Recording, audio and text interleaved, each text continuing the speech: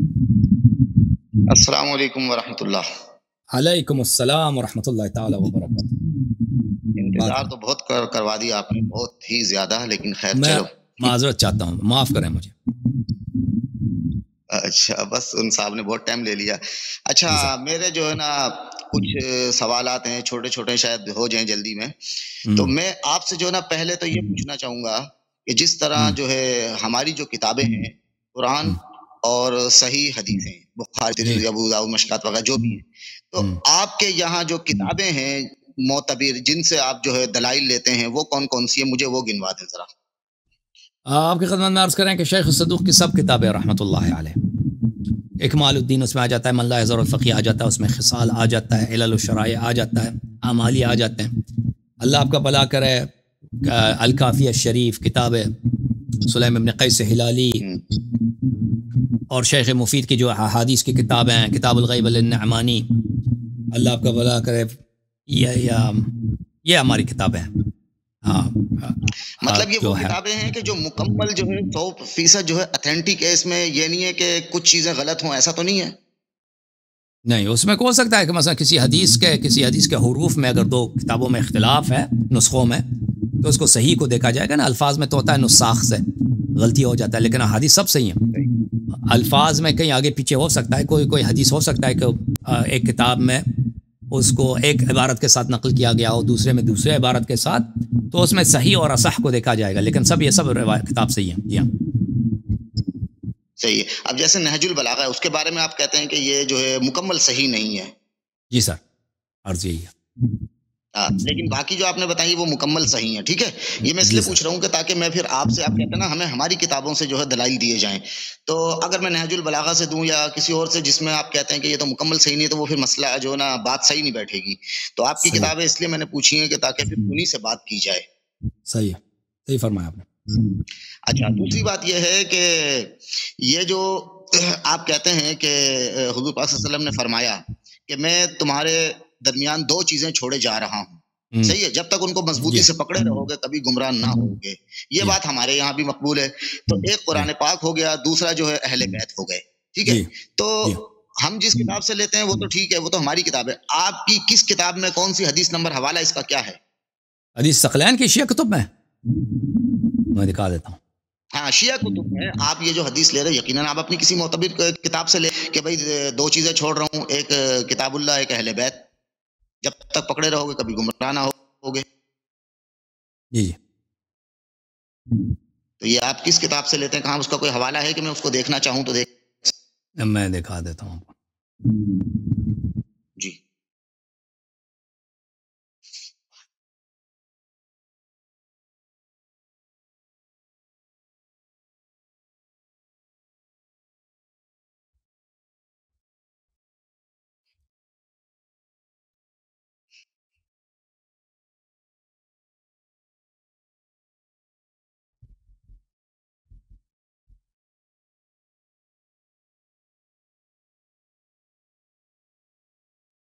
یہ تو بہت سارے کتب میں ہے، میں بھی آپ کو دکھا دیتا ہوں۔ ایک ہے،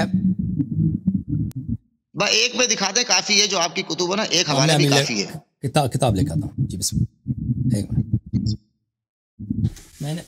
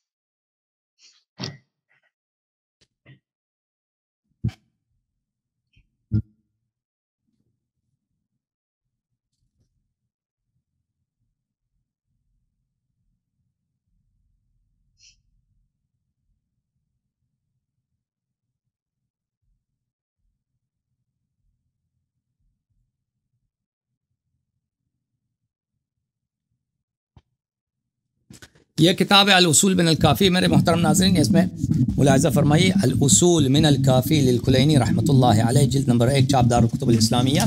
یہاں پر ایک باب ہے کتاب الحجہ میں، الاشارہ والنص، باب الاشارۃ والنص علی امیر المؤمنین علیہ السلام، اشارہ اور نص امیر المؤمنین علیہ السلام کے امامت پر۔ یہاں پہ حدیث نمبر 3 جو ہے بہت لمبی حدیث ہے، اس میں انبیاء علیہ، امام جعفر صادق علیہ السلام کی حدیث ہے، اس میں انبیاء کے کس طرح انبیاء نے اپنے اوصیاء کو تعین کیا، اس میں رسول پاک صلی اللہ علیہ وآلہ وسلم کا خطبہ ہے حجۃ الوداع میں، اس میں یہ ہے کہ وہ اس میں بہت ساری باتیں، اس میں یہ فرمایا کہ وقال انی تارک فیکم امرین ان اخذت بہما لن تضلوا، میں تمہارے درمیان 2 چیزوں کو چھوڑ کے جا رہا ہوں کہ اگر ان دونوں کی اتباع کرو گے کبھی گمراہ نہ ہو جاؤ گے، کتاب اللہ عز وجل واہل بیتی عترتی ایھا الناس اسمعوا وقد بلغت انکم ستردون علی الحوض فاسألکم عما فعلتم فی الثقلین والثقلان کتاب اللہ عز جل ذکرہ واہل بیتی فلا تسبقوہم فتہلکوا ولا تعلموہم فانہم اعلم منکم،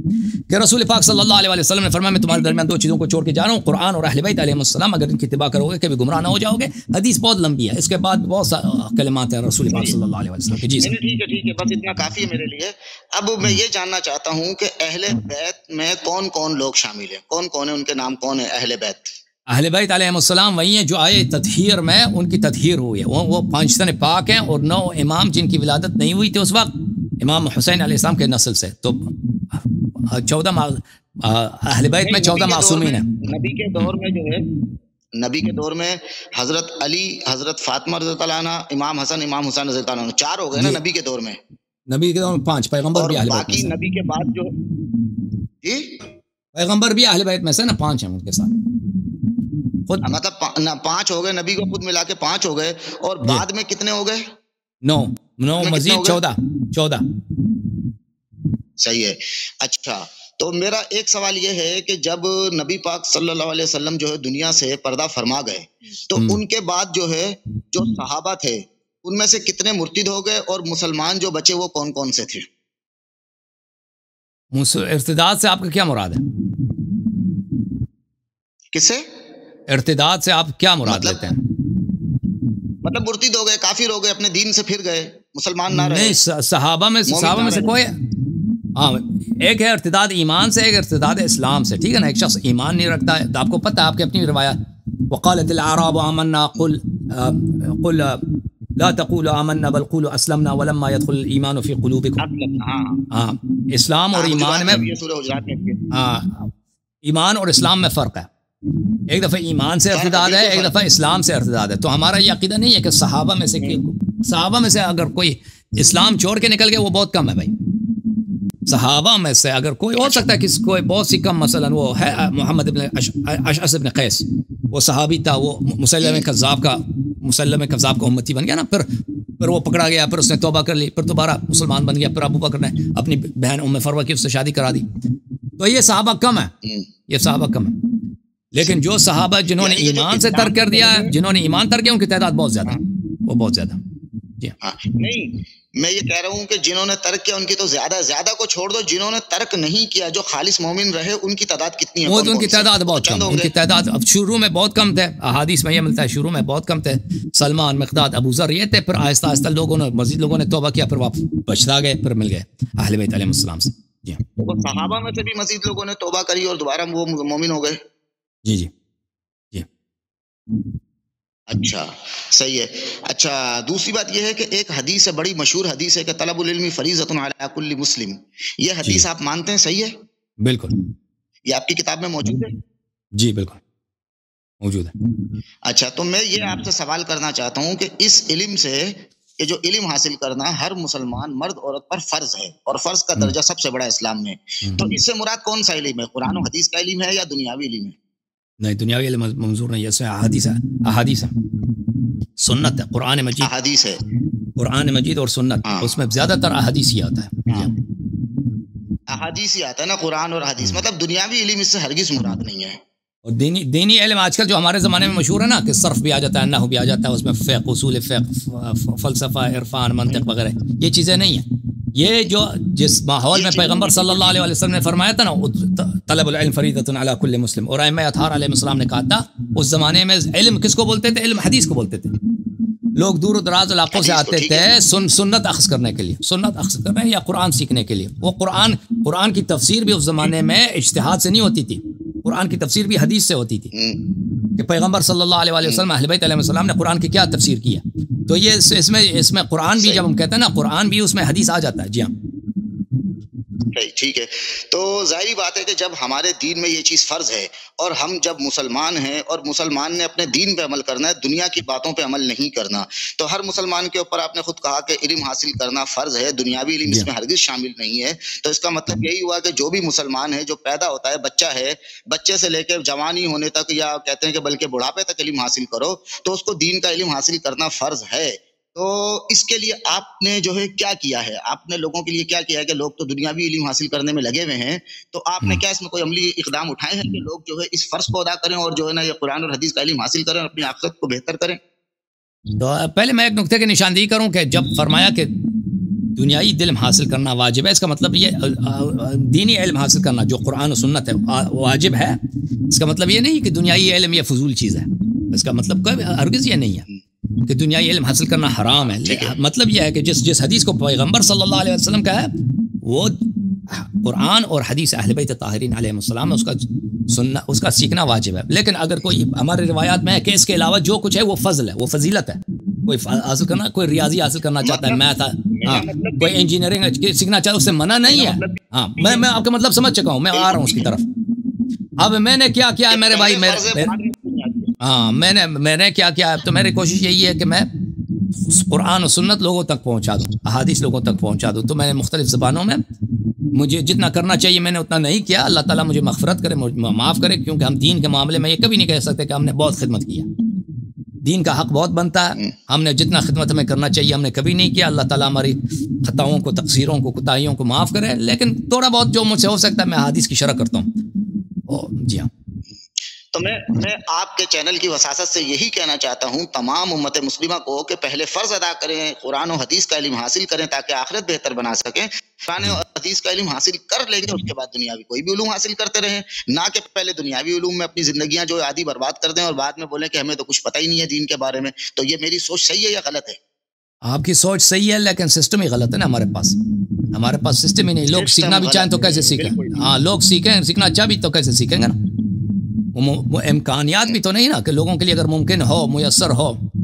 اب مدارس میں جائیں گے، مدارس اتنے بدنام ہیں، لوگ اپنے بچے کو مدرسہ بھیجنے پہ بھی ڈر لگتا ہے نا. وہ الٹا ان کو مدارس میں ضروری بھی نہیں ہے کہ علم حاصل کیا جائے. عرض یہی ہے کہ اتنے خاص کر شیعہ مذہب میں ہمارے شیعہ جو بھائی ہیں یہ لوگ حدیث سیکھنا بھی چاہیں، یہ ان کے علماء کو خود حدیث نہیں آتی، اور یہ بلکہ علماء منع کرتے ہیں کہ آپ حدیث نہ سیکھیں.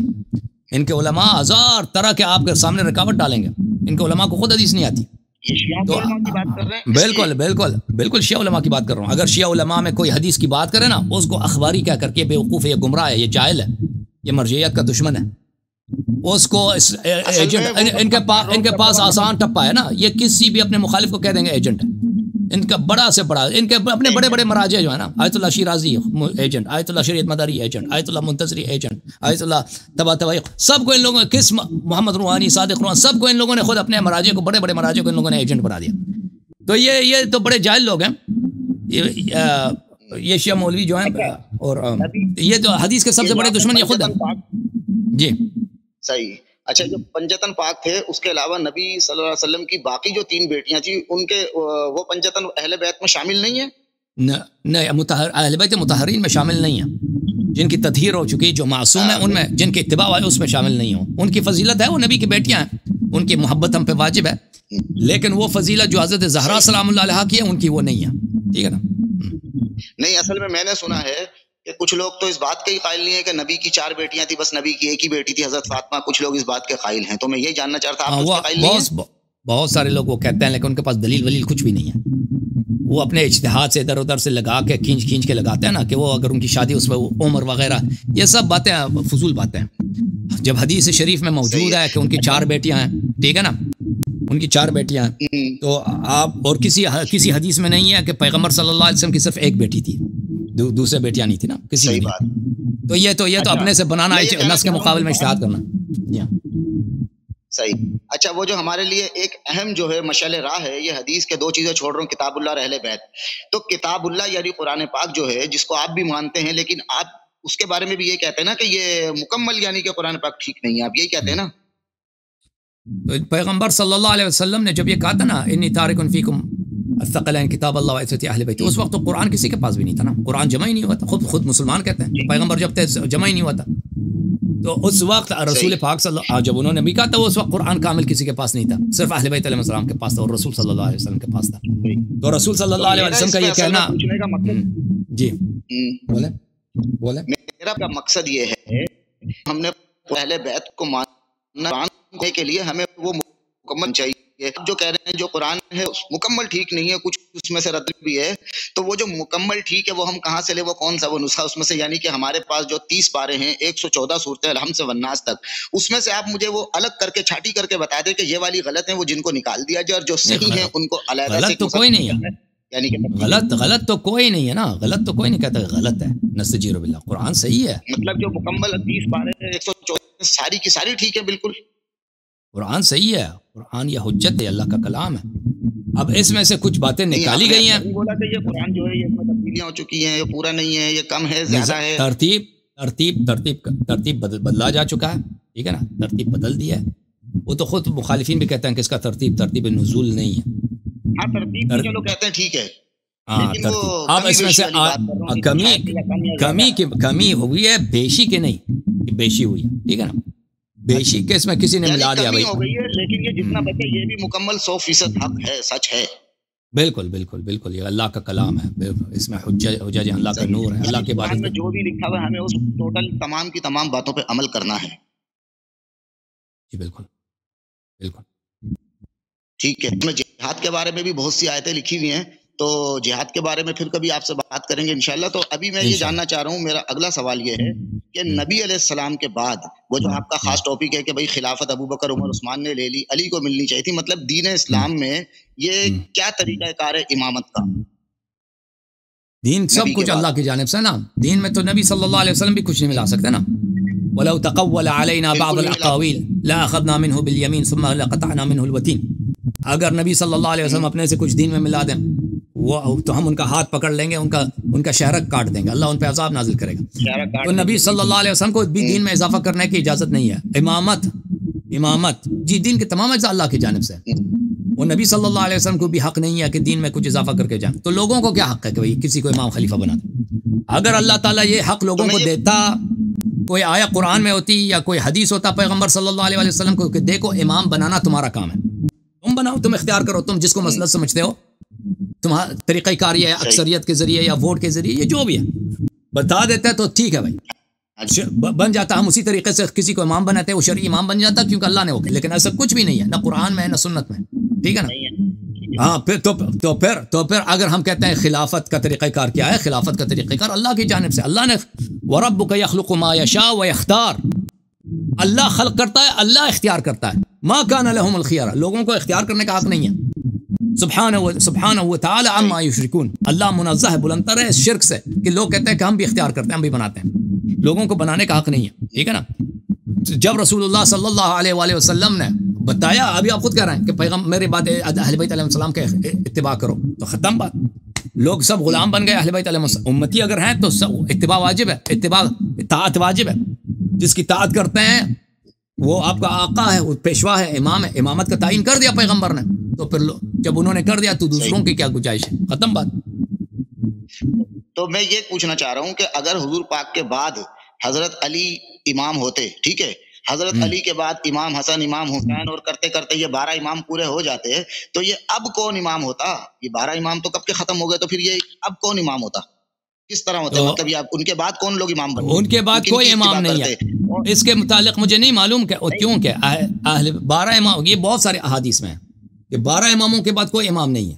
دنیا میں صرف 12 امام ہیں، لیکن احادیث میں یہ ہے کہ 12 امام کا جب شہادت ہوگی تو امام حسین علیہ السلام دنیا میں دوبارہ تشریف لائیں گے اور وہ حکومت کریں گے، اور ان کے بعد ائمہ طاہرین علیہ السلام یا بعد دیگر آئیں گے. اللہ کے علاوہ ان کے بعد کوئی امام نہیں ہے، ٹھیک ہے نا.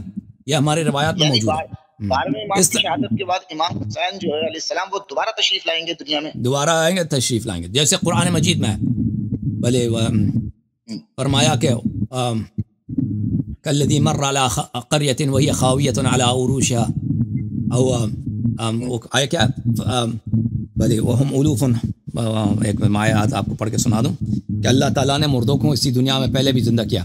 الم تر الی الذین خرجوا من دیارہم وهم الوف فقال لهم اللہ موتوا ثم احیاهم. پرانے امتوں میں اللہ تعالیٰ نے مردوں کو زندہ کیا، حضرت عزیر کو اللہ نے زندہ کیا ہے، تو اس امت میں بھی یہ ہونے والی ہے انشاءاللہ تبارک و تعالی. روایات میں یہی ہے. حضرت عیسیٰ علیہ السلام آئیں گے، عیسیٰ علیہ السلام آئیں گے. عیسیٰ علیہ السلام وہ کسی خلیفہ کسی امام کے حیثیت سے نہیں آئیں گے، وہ امتی کے حیثیت سے آئیں گے نا، اسی امتی کے حیثیت سے بالکل آئیں گے. اچھا میں یہ کہنا چاہ رہا ہوں، جب آپ کہہ رہے ہیں کہ امامت جو ہے چلے گی اور امام معصوم ہوتا ہے اور امام کی اتباع کی جائے گی، تو 11 امام کے بعد جو ہے، جو ابھی 12ویں امام تو آخری دور میں آئیں گے، تو 11 امام 11ویں تو کب کے گزر گئے، تو اس سے اب تلک آپ کہہ رہے کوئی امام ہی نہیں ہے، تو امت کیا بے امام ہو گئی؟ نہیں، امام ہے اس نا، کا کوئی رہنما نہیں ہے. امام ہے، ہمارے 12ویں امام ہے امام مہدی علیہ السلام. 12ویں امام موجود کدھر ہیں کہ جیسے حضرت علی تھے نا، وہ امیر المومنین ہوتے، ٹھیک ہے، وہ خلیفہ ہوتے، وہ حاکم وقت ہوتے، ان کی اتباع کرتے. ان کے بعد حضرت امام حسن، امام حسین، پھر امام جتنے بھی یہ 11 امام ہوتے وہ حاکم وقت ہم اتباع کرتے جو بھی ہوتے. اب 11ویں کے بعد 12ویں میں ابھی تک یہ جو گیپ ہے، یہ جو ہے ادھر کوئی امامت نہیں ہے، تو یہ کیا امت بے امام ہو گئی؟ وہ آپ نے سمجھا نہیں نا، آپ سمجھتے ہیں امامت نہیں ہے نا، وہ ہمارا عقیدہ تھوڑی ہے امامت نہیں ہے، امام موجود ہے. اچھا دیکھیں ہمیشہ اس طرح نہیں ہوتا کہ امام یا نبی اس کے ہاتھ میں حکومت بھی ہو. اغلب انبیاء علیہم الصلوۃ والسلام کے ہاتھ میں حکومت نہیں تھی. حضرت عیسیٰ علیہ السلام ہیں، لوگ جو ہیں کافر بادشاہ کی اتباع کر رہے ہیں. حضرت موسیٰ علیہ السلام ہیں، لوگ فرعون کی اتباع کر رہے ہیں. فرعون جب غرق ہوا اس کے بعد بھی حکومت موسیٰ علیہ السلام کے ہاتھ میں نہیں تھی. یہ لوگ بیابان میں پھر رہے تھے. موسیٰ علیہ السلام اپنے قوم کے ساتھ بیابان میں گھوم رہے تھے 40 سال تک، حیران پریشان. وہ حکومت ان کے ہاتھ میں نہیں آئی. حضرت ابراہیم علیہ السلام تھے، حکومت ان کے ہاتھ میں نہیں ہے، حکومت نمرود کے ہاتھ میں، آخر تک حکومت ان کو نہیں ملی ہے. ہمارے نبی صلی اللہ علیہ وسلم ہمارے نبی کے بعد بن گئی حکومت، پھر یہ ختم کیسے ہوئے گی؟ تو نبوت کے لیے، امامت کے لیے شرط نہیں ہے کہ حکومت بھی ان کے ہاتھ میں ہو، ٹھیک ہے نا، حکومت ان کے ہاتھ میں. اچھا، امام اعظم علیہ الصلوۃ والسلام کیونکہ اللہ کے آخری حجت ہیں، ان کے پاس ایک ایسا مشن ہے جو کسی اس سے پہلے کسی امام کا نہیں تھا اور کسی نبی کا بھی ایسا مشن نہیں تھا. وہ مشن کیا ہے؟ وہ شیعہ اور سب نے روایت کیا کہ پوری دنیا پر اسلام کا اور شریعت نبی کریم صلی اللہ علیہ وسلم کا پرچم لہرا دیں، اور ہر گھر میں توحید اور قرآن اور سنت کا نور پہنچا دیں. ہر گھر میں دنیا میں کوئی بھی ظلم نہ ہو. یملأ الارض عدلا وقسطا كما ملئت ظلما وجورا. اس عقیدے میں شیعہ اور غیر شیعہ کا فرق نہیں ہے. کہ حضرت امام مہدی علیہ السلام جب تشریف لائیں گے، ان کا مشن یہی ہے کہ سب ليظهره على الدين كله ولو كره الكافرون، تمام ادیان پر دین اسلام غالب اور بقیہ ادیان کا خاتمہ ہوگا. یہ جو مشن ہے حضرت امام مہدی علیہ السلام کا، یہ مشن ہے. ان کا مشن یہ نہیں ہے کہ مثلا لوگ جیسے نبی صلی اللہ علیہ وسلم ہے نا کہ کعبہ کو بت پرستی سے نجات دیں، لوگ نئی شریعت لے کے آئیں. ان کا یہ مشن نہیں ہے. اس مشن کے لیے ایک خاص وقت ہے. وہ اللہ جانتا ہے وہ وقت کب ہے. جب ان کو اس وقت آئے گا تو اللہ تعالیٰ ان کو اذن خروج، اذن ظہور عطا کریں گے. اس وقت تک وہ پردہ غیبت میں ہے. اس لیے اگر وہ لوگوں کے سامنے ظاہر ہوتے تو جس طرح امام حسین علیہ السلام کو لوگوں نے قتل کیا، جس طرح امام زین العابدین علیہ السلام کو زہر دے کے شہید کیا گیا، ہر امام ہمارے شہید ہیں اہل بیت علیہ. امام زین العابدین، حضرت امام جواد علیہ السلام 22 سال کی عمر میں شہید ہو گئے. امام حسن عسکری علیہ السلام 27 سال کی عمر میں شہید ہو گئے. ان کے آباء طاہرین کو یک بعد دیگر شہید کیا گیا. اللہ تعالیٰ نے، یہ آخری امام ہیں، ان کا مشن جو ہے، ان کو اللہ تعالیٰ نے اپنے مشن کے لیے ان کی زندگی محفوظ رکھنی ہے، تو ظالمین کے ہاتھ سے ان کو دور رکھنا ہے. اس کا مطلب یہ نہیں کہ وہ موجود نہیں ہے. حضرت خضر علیہ الصلوۃ والسلام کب سے دنیا میں ہیں؟ حضرت موسیٰ علیہ السلام آج سے 3000 سال پہلے، اس زمانے میں وہ تھے. موسیٰ علیہ السلام نے اللہ سے دعا کی کہ مجھے ایک ایسا اپنا بندہ دے دے جو مجھے علم سکھائے. حضرت خضر علیہ السلام کے پاس گئے کہ کون سی آیت ہے؟ ان تعلمنی مما علمت رشدا. کیا قال له موسیٰ، سورہ کہف میں قال له موسیٰ علیہ السلام هل اتبعك على ان تعلمنی مما علمت رشدا. یہ پیغمبر اولو العزم ہے بھائی، شاگرد کی طرح اس کے سامنے بیٹھ کے گھٹنا لگا کے کہتا ہے هل اتبعك، کیا مجھے اجازت ہے کہ میں آپ کے ساتھ کچھ عرصہ گزاروں، آپ کی اتباع کروں، پیروی کروں تمہاری. ان تعلمنی مما علمت رشدا، تاکہ تو مجھے کچھ علم جو اللہ نے تجھے علم دیا وہ مجھے دے دے. ٹھیک ہے نا. تو یہ حضرت خضر علیہ السلام اس زمانے سے آج تک زندہ ہے. روایات میں امام جعفر صادق علیہ السلام نے فرمایا حضرت خضر علیہ السلام کو اللہ نے اسی لیے لمبی زندگی دی ہے، اور اس کی کہانی قرآن میں موجود ہے، تاکہ مسلمان حضرت امام حجت علیہ السلام کے عمر شریف پہ شک نہ کریں کہ کیسے ہو سکتا ہے. حضرت خضر علیہ السلام حضرت امام حجت علیہ السلام کے ولادت سے 2000 سال پہلے بھی زندہ تھے. اس طرح نہیں ہے کہ حضرت موسیٰ علیہ السلام کے زمانے میں ان کی ولادت ہوئی ہے، ان کی ولادت اس سے پہلے ہوئی ہے. روایات میں ہے کہ طوفان نوح علیہ السلام کے بعد حضرت آدم علیہ السلام کے جو جسد شریف ہے وہ قبر سے نکل گئی تھی طوفان میں. تو نوح علیہ السلام نے فرمایا تھا اس کو کون دفن کرے گا؟ انہوں نے دفن کیا تھا، حضرت خضر علیہ السلام نے دفن، یعنی اس زمانے سے یہ ابھی تک ہے. اللہ نے ان کو اتنی لمبی زندگی دیا. حضرت ادریس علیہ السلام ابھی تک زندہ ہے، ورفعناہ مکانا علیہ، ابھی تک زندہ ہے. حضرت الیاس علیہ السلام نبی ہیں، زندہ ہیں. یہ مسلمانوں کا عقیدہ ہے. میرا جو ہے مقصد سوال کرنے کا یہ ہے کہ میں اگر حضرت علی کے دور میں ہوتا، میرے سامنے زندہ موجود ہوتے، میں ان کی اتباع، وہ دین جس طرح ان سے جو ہے وہ مجھے بیان کرتے کہ اس طرح عمل کرنا شریعت پہ میں کرتا. امام حسن کے دور میں ہوتا تو ان کی باتوں پہ عمل کرتا. یعنی کہ 11ویں امام کے دور تلک میں ہوتا تو میرے سامنے امام ہوتے، چاہے حکومت ان کے پاس نہ ہوتی لیکن امامت ہوتی، میں عمل کرتا. میں کیا پوری عوام عمل کرتی. اس کے بعد سے اب جب تک 12ویں امام نہیں آ رہے تو ہم عوام جو ہے ہمارے سامنے کوئی امام نہیں ہے، ہم کیسے دین پہ عمل کریں؟ کیسے غلط ہے. آپ نبی صلی اللہ علیہ وسلم کے زمانے میں بھی ہوتا ہے، اس طرح نہیں تھا ضروری کہ نبی آپ صلی اللہ علیہ وسلم آپ کے زمانے ہو، آپ کے سامنے ہو. نبی صلی اللہ علیہ وسلم مدینے میں، بہت سارے لوگ یمن میں رہتے تھے، بہت سارے مسلمان تھے اسی زمانے میں، کبھی پیغمبر کو دیکھا بھی نہیں، وہ یمن میں رہتے تھے. اویس قرن جس کو کہتے ہیں نا، اویس قرن، وہ انہوں نے پیغمبر کو نہیں دیکھا. اس طرح کے تو بہت سارے لوگ تھے کہ پیغمبر کو دیکھ لیں. پیغمبر صلی اللہ علیہ وآلہ وسلم کے احادیث ہم پہ حجت ہیں. ہم پیغمبر کو دیکھنا ضروری نہیں ہے، ہم پیغمبر کو ہم نے نہیں دیکھا، اگر دیکھتے بھی شاید اللہ کا یہ اللہ کا ہم پہ احسان ہے کہ ہم نے ان کو نہیں دیکھا. اگر ہم اس زمانے میں ہوتے نستجیر باللہ، ہم سے کوئی بدتمیزی ہوتی یا ہم کفار سے جا کے مل جاتے، بدبختی تو ہوتی ہے، شیطان ہوتا ہے نا. تو اللہ جانتا ہے، اللہ بہتر جانتا ہے ہمارے لیے، اگر یہ شاید ہمارے لیے بہتر ہے. تو نبی صلی اللہ علیہ وسلم کو ہم نے نہیں دیکھا. نبی صلی اللہ علیہ وسلم کے شریعت ہے ہمارے سامنے، اگر ہم ان کی اتباع کریں گے اللہ ہمیں محشور کرے گا پیغمبر کے ساتھ. اللہ کا وعدہ ہے کہ حوض کوثر پہ میرے ساتھ وہی ہوگا جو میری شریعت کا، میری سنت کا، میری دین کا اتباع کرے گا. اسی طرح اگر امام امیر المؤمنین علیہ السلام کے زمانے میں اس طرح نہیں ہے کہ سب شیعہ کو رسائی ہے ان تک، بہت سارے شیعہ دور دراز علاقوں میں رہتے تھے.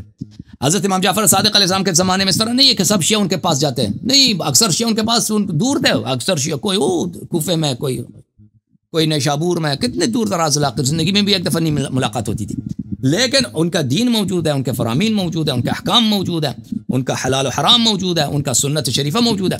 تو ائمہ طاہرین علیہ الصلوۃ والسلام کی جانب سے، چاہے امام جعفر صادق علیہ السلام ہمارے سامنے ہوں، چاہے ان کے فرامین صحیح یقینی طور پر جو کتابیں ان کے زمانے میں لکھی گئی ہیں ان کے فرامین ہمارے سامنے ہوں، اس سے کوئی فرق نہیں پڑتا.